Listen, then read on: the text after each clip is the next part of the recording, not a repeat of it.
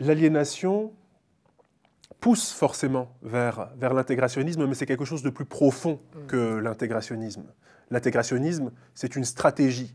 L'aliénation, c'est la perspective dans laquelle le monde n'existe pas en dehors de cet intégrationnisme. Donc c'est quelque chose d'encore pire. Ce n'est pas une option qu'on choisit parmi d'autres. Lorsque, par exemple, Martin Luther King va prôner une forme d'intégration, il n'ignore pas que d'autres choix sont possibles, mais en conscience, il choisit l'intégration en pensant que c'est ça qui va causer la libération. Là, c'est vraiment quelque chose de plus tragique sur quoi revient Malcolm, c'est-à-dire l'idée selon laquelle, en se défrisant les cheveux, on va participer davantage à l'humanité. On va enfin être regardé comme ce qu'on espère être. Et ce qui est déçu, ce sont les espoirs qui nourrit de participer au monde, et qu'on lui dit non, un noir ne peut pas faire ça, un noir ne peut pas être avocat, un noir ne peut pas avoir de tels rêves.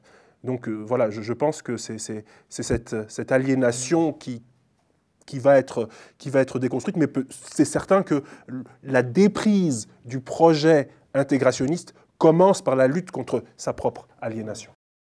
Et quand il se rend effectivement sur ces 2 voyages en Afrique, il participe au premier sommet de l'OUA en 1964 au Caire, où il tente de convaincre directement les dirigeants africains de poser la question des Noirs aux États-Unis devant le Conseil de sécurité des Nations Unies. Et il fait le parallèle avec le Congo en disant que puisque des Blancs ont été agressés au Congo et que les Occidentaux ont envoyé des soldats défendre ces Blancs au Congo, quand des Noirs sont agressés aux États-Unis, vous, les Africains, envoyez aussi vos armées défendre ces Noirs agressés aux États-Unis.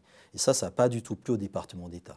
C'est vraiment probablement l'un des trucs où ils se sont dit, ce gars-là, il ne faut surtout pas qu'on le laisse travailler avec les puissances africaines naissantes, parce que ça risque de nous attirer effectivement des problèmes. Donc il a compris effectivement qu'à ce moment-là, la question du panafricanisme, elle est essentielle.